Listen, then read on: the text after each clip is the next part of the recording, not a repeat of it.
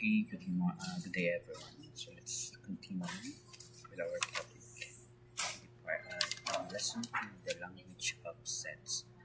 Okay, mathematical language and symbol. Lesson 2, the language of sets. Okay, so let's start. Okay, so the language of set. Okay, so before we start in the language of set, so we have the George Cantor, 1845 to 1918, and was a German mathematician best known for creating set theory for his revolutionary work on the concept of the infinity in mathematics.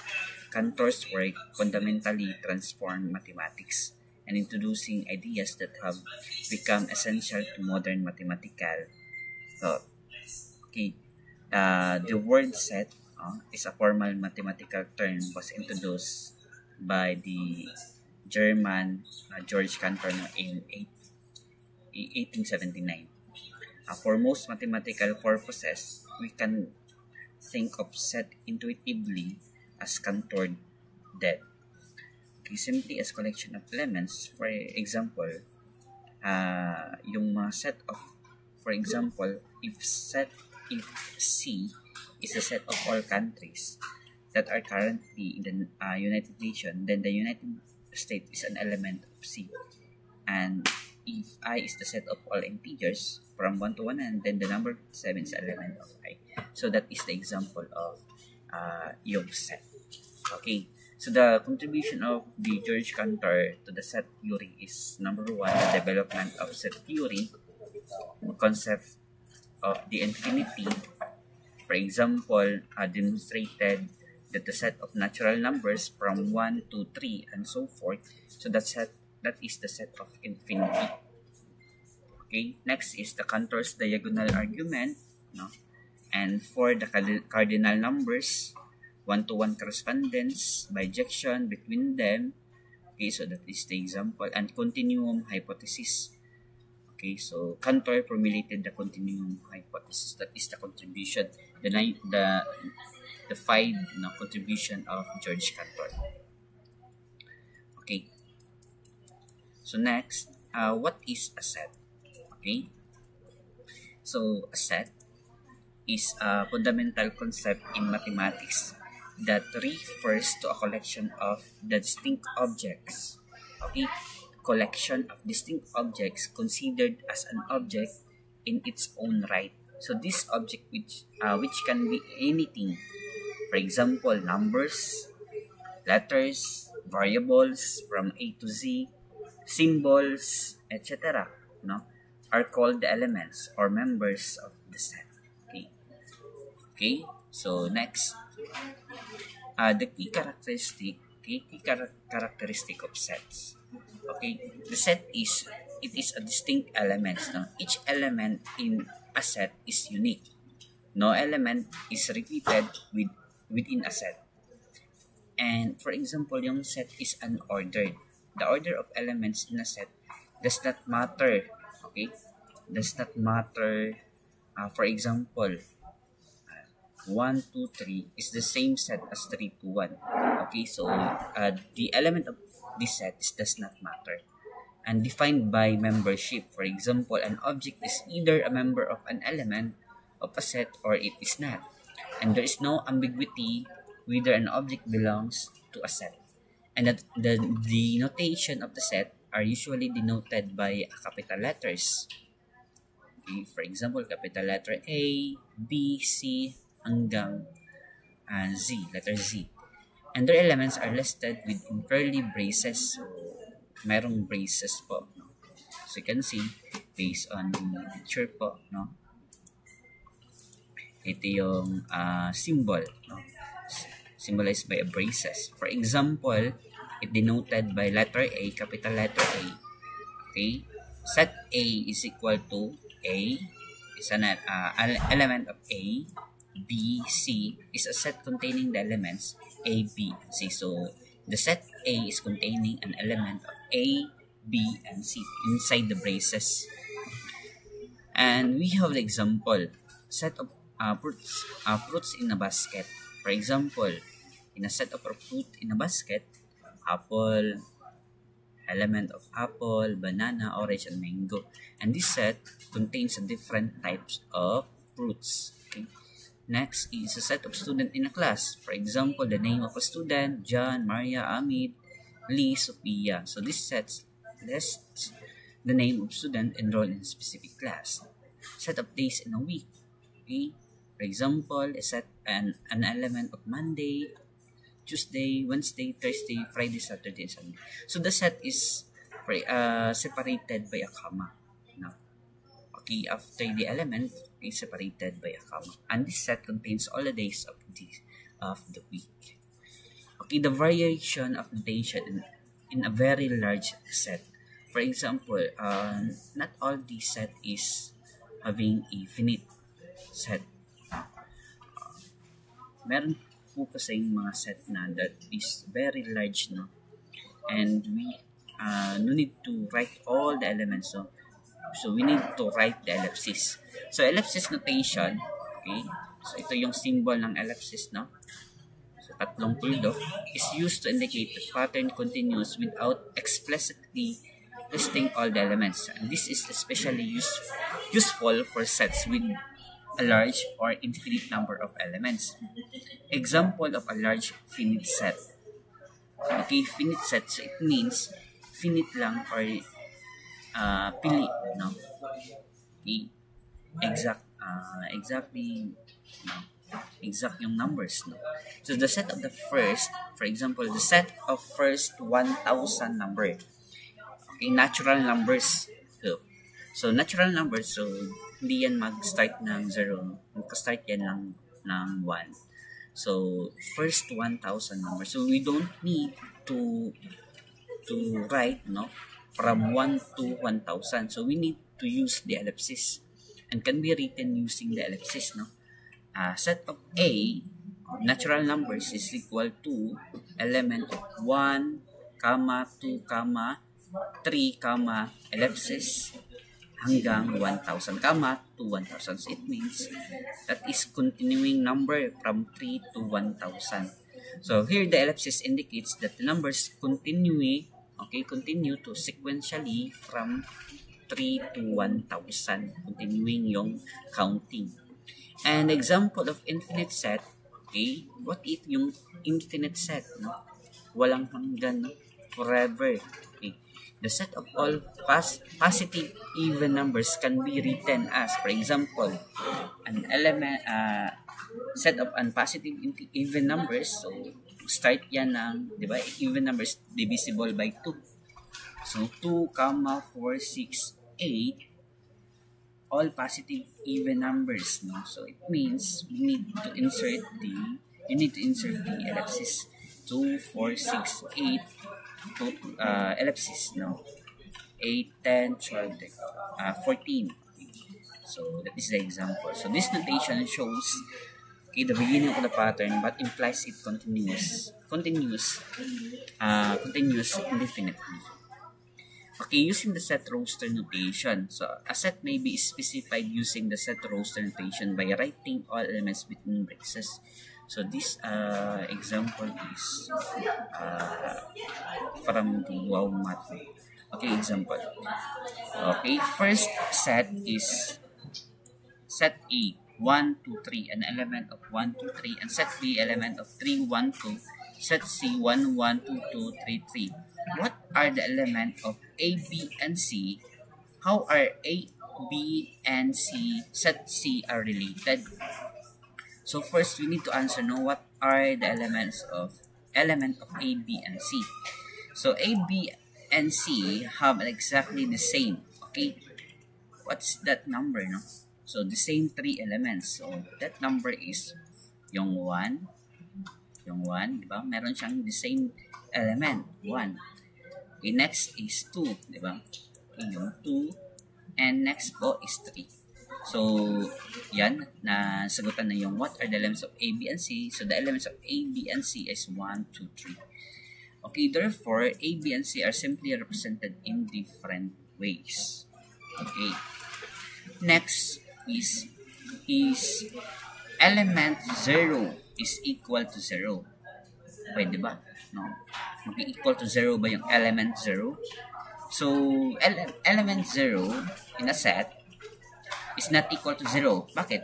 Bakit hindi siya maging equal to 0? Because set or an element of 0 is a set with one element. Meron po siyang one element and that element namely 0. So, yung element dyan is 0. Hindi totally po na walang element siya. Meron po siyang element and namely 0. Whereas 0 is just the symbol that represents the number 0. Okay, using the set roster notation. Okay, so that is the continuation of the previous topic. A set may be specified using the set roster notation by writing all elements between braces. Example, how many elements are in the set? 1, okay, another element of a set is 1. So the set 1 and 1 has 2 elements because 1 and the set whose element is 1. So 2 element lang yan. Bakit? Naka-enclose siya by braces and separated by comma. So, if you count the cardinality, so meron po siyang 2 elements. For each non-negative integer, let u sub n is equal to n minus n. Okay, n representing by an element. No? So find u sub 1, comma, u sub 2, and u sub 0. So u sub 1 is equal to 1, comma, negative 1. So non-negative integer. U sub 2 equals to 2, comma, negative 2, comma, u sub 0, 0, comma, negative 0. So take note, walang negative 0 po. No? Yung 0 is either positive, either negative. So, walang negative 0. So, yung u sub 0 is element of 0 na lang. So, we have the set of natural numbers. Okay. Okay, set of numbers. We have seven different set of numbers. And the first number is the natural numbers denoted by n, italicized letter n.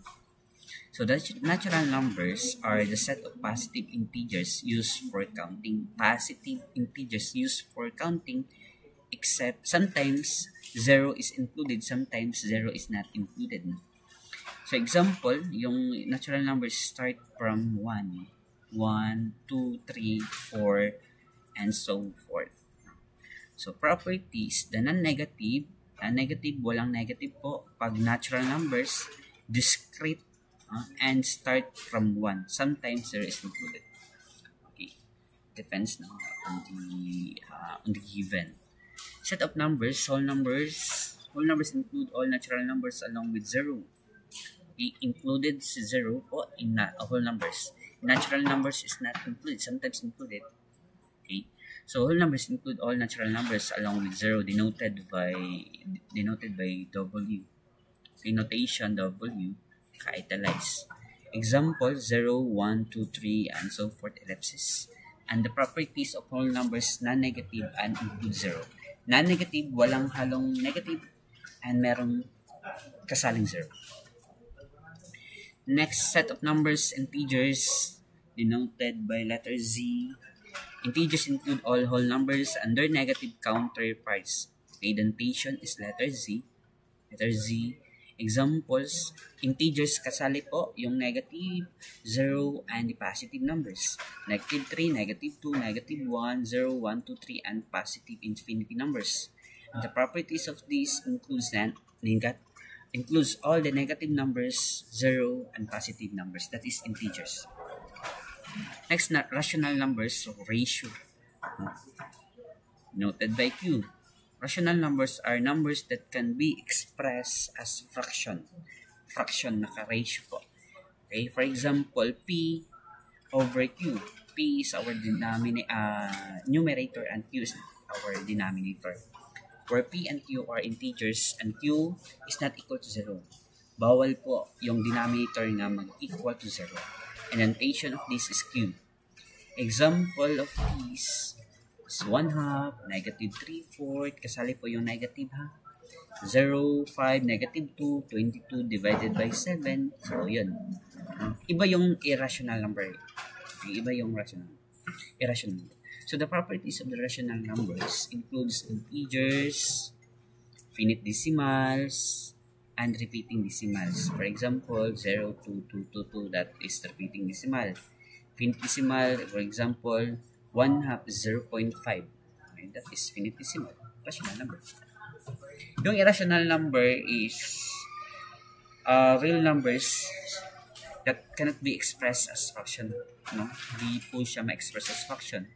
Of two integers, their decimal expansions are non-repeating. Yung decimal place niya is non-repeating, no? Hindi po naka-repeat yung mga decimals, non-repeating, and non-terminating, no? Walang i-terminate na decimal. For example, square root of 2. So, sorry po, no? Meron po akong nakalimutan. Square root of 2 is irrational number po, no? You can see, pag convert mo yan into number, yung square root of 2 is non-repeating and non-terminating. So, walang bumabalik ng mga decimals, no? Balik-balik ng mga decimals and non-terminating. Walang ma-terminate na decimal. Yung pi is 3.1416. Nagpatuloy po yan, no? Yung non-repeating and non-terminating decimal po yung pi. Euler's number, no? Okay. So, pasensyahan mo yan itong square at yung 3. Logarithmic of 2, no?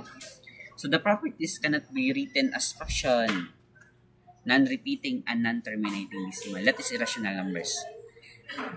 And the highest form of numbers is real numbers. Yung real numbers is included po yung all rational and irrational numbers, and they represent all points of the number lines. Lahat ng mga numbers, that is real numbers. Okay. Example, 0, 1, -1. -1 is in the integers. 1/2 is in the rational numbers. Square root of 2, irrational numbers. Pi, irrational numbers.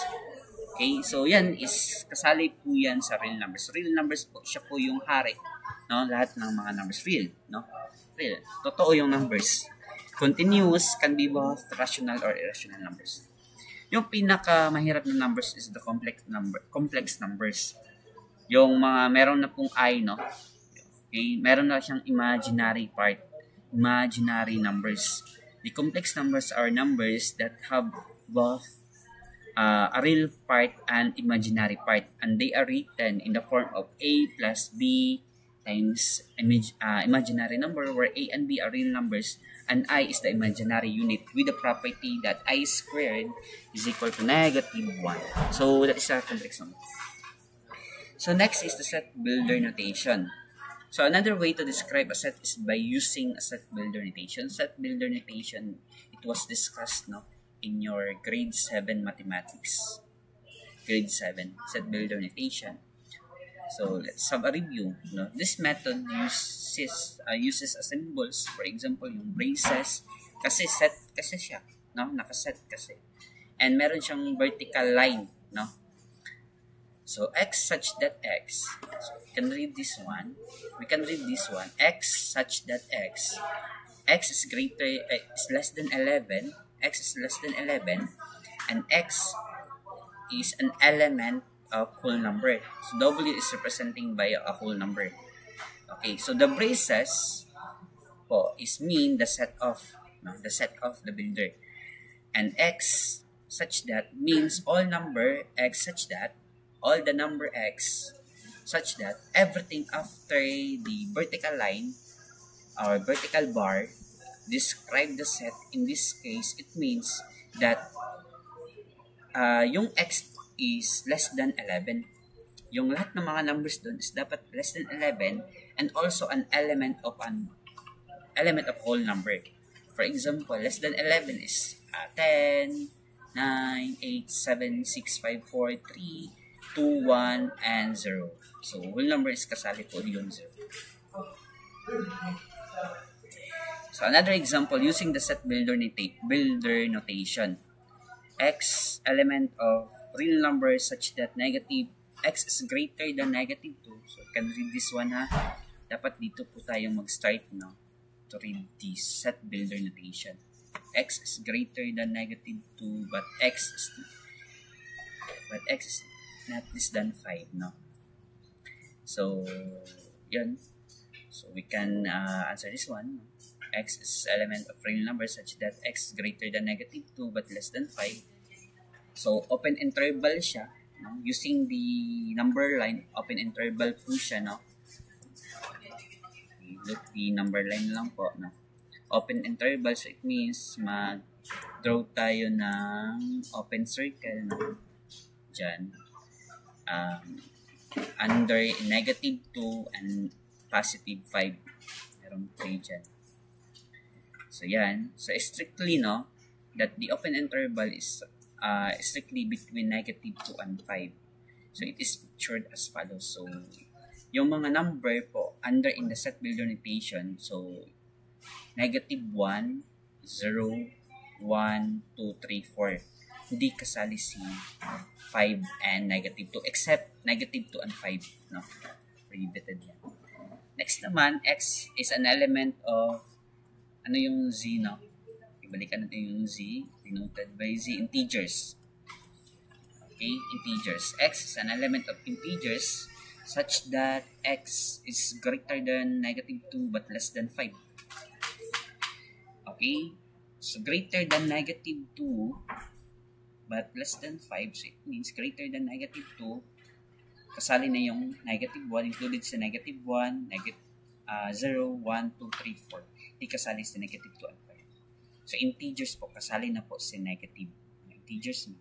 Kanina is real numbers, kasali din siya. Next naman, pag Z plus, no, is positive integers. Positive, walang negative. So, X is an element of Z positive integers such that X is greater than negative 2 but less than 5. So, all the positive integers, 1, 2, 3, 4.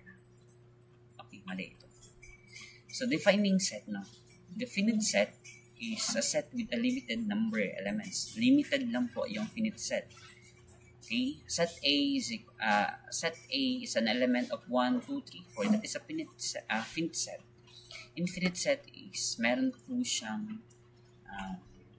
ellipses. So, a set with an unlimited number of elements. For example, 1, 2, 3, 4 ellipses. Positive numbers na yan. No? And the equal sets are set with exactly the same elements and cardinality. Pag equal set, the same yung number of elements and cardinality. The same yung elements and cardinality. For example, set A is equal to element of C-A-R-E and set B is an element of R-A-C-E. So, naka-unordered lang po. But yung element niya, the same po ng element. Yung element ng A is the same, is equal to an element of B, set B. So, the same yung element, the same yung cardinality. Cardinality is the number of an element. For example, what is the number of cardinality of A? It's cardinality of A. So, 4. Cardinality of B, 4. So, the same yan. Equal set yan. Pag equivalent sets are sets with the same number of elements. The same number of elements, but the same number of elements or cardinality. The same lang yung number of elements, but hindi po yung elements mismo. So, for example, set of vowel letters, no? A, E, I, O, U.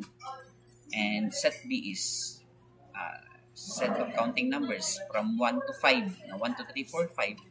So, the same lang yung number of elements or cardinality, but yung elements mismo is hindi po magkatulad. So, that is equivalent set. Joint and disjoint sets are set with common elements.